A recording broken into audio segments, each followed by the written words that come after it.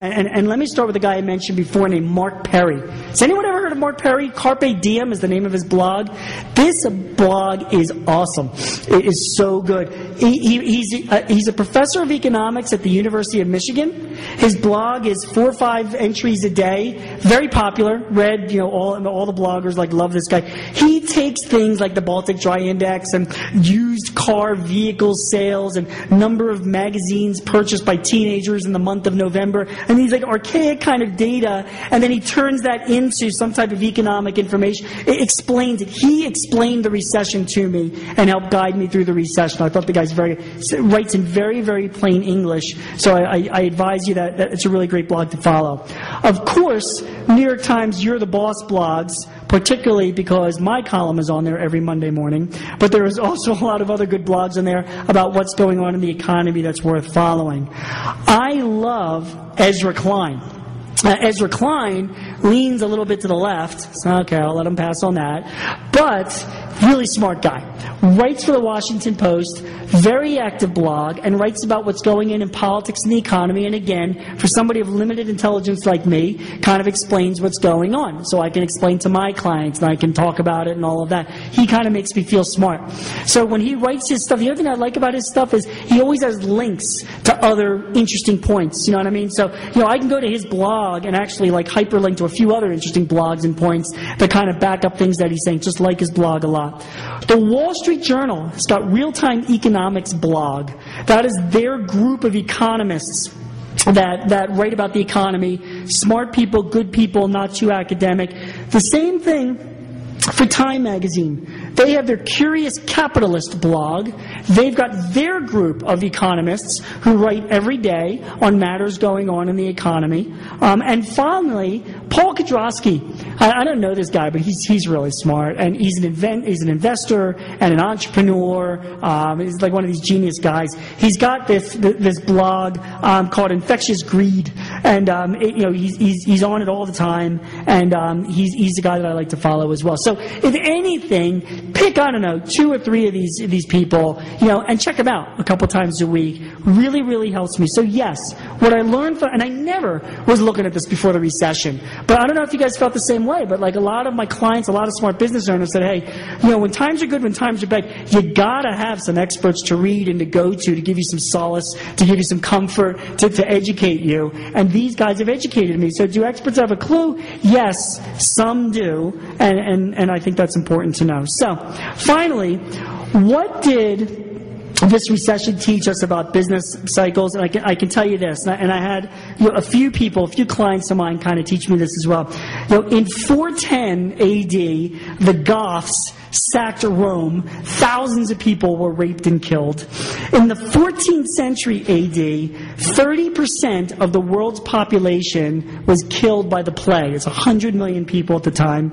In 1994, 800,000 people died in the course of a month in Rwanda. In 2010, the Pittsburgh Pirates suffered their 18th losing season in a row. You have to put things into context, is what I'm saying. The recession that we just had, like that very first slide that I showed you that, we actually grew in GDP over the recession as opposed to the Depression where we lost half of our GDP. The smart business owners I've talked to who've been around the block and seen it before, well, they've been around the block and they've seen it before. And they know that even though things, are kind of going down a little bit, we're going to weave our way through it. At least nobody is sacking my neighborhood, or that the Goths are not invading my local deli. We will see ourselves through the recession to take things into perspective. So when all the media was yelling and screaming that the world was falling apart and everything was going on fire, that's just not the case. So, what did I learn to succeed? You have to understand history. Here's what I learned from the recession, what smart business owners learned from the recession, right?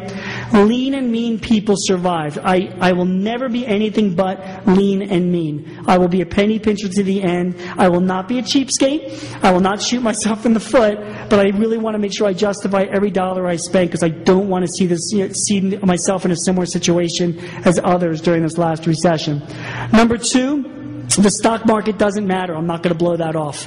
When I see the stock market going down, that impacts me. So I not only have to look after my own sort of portfolio, but I have to remember that when people are not feeling wealthy, they're not going to be purchasing the products that I sell. Oh my gosh, it's out of order. Number 3, capitalism does need government. I give up. And I give in. All right? I mean, what can I say? I am a capitalist and a free market guy, but I have to admit government is needed in this society. It's certainly not meaning that we should become socialists or communists, but government is needed in a capitalist society. I will never diss government again when they step in to try and help see our way through a recession. Number 4, smart guys will always make money. Like Joe O'Connor, they will always develop something like the iFart to make a few bucks, no matter what kind of recession we're in. It took a credit crisis to restore sanity, so sometimes a crisis is not so bad. Good companies make money even in a recession. So, this whole myth of like people start losing money in a recession, the good companies still make money, they just might make a little bit less. The companies that thrive have technology on their side, that will always be a future investment of mine. Some metrics are more important than I think, and I will always follow things like the Baltic Dry Index and the Consumer Confidence Level and the Restaurant Performance Index and even the Dow Jones Economic Sentiment Meter. Most experts don't have a clue, but there are some that do, and I picked mine, and I'll stand by them and always follow them. And finally, to succeed, we always have to keep in perspective where we are in history. My dad gave me 3 bits of advice before I got married. I've been married 20 years. He said, Gene, getting married will be the last decision you ever make. So he was right about that. He said, if your wife is happy, everybody will be happy. And guys, let me tell you, that was like the golden rule, right? Always believe that. And he also said things are never as good as they seem, they're never as bad as they seem. It's all just how you soak it in. So guys that understand history, they know how to soak it in. And that's how I'm going to survive the next recession. Thanks very much.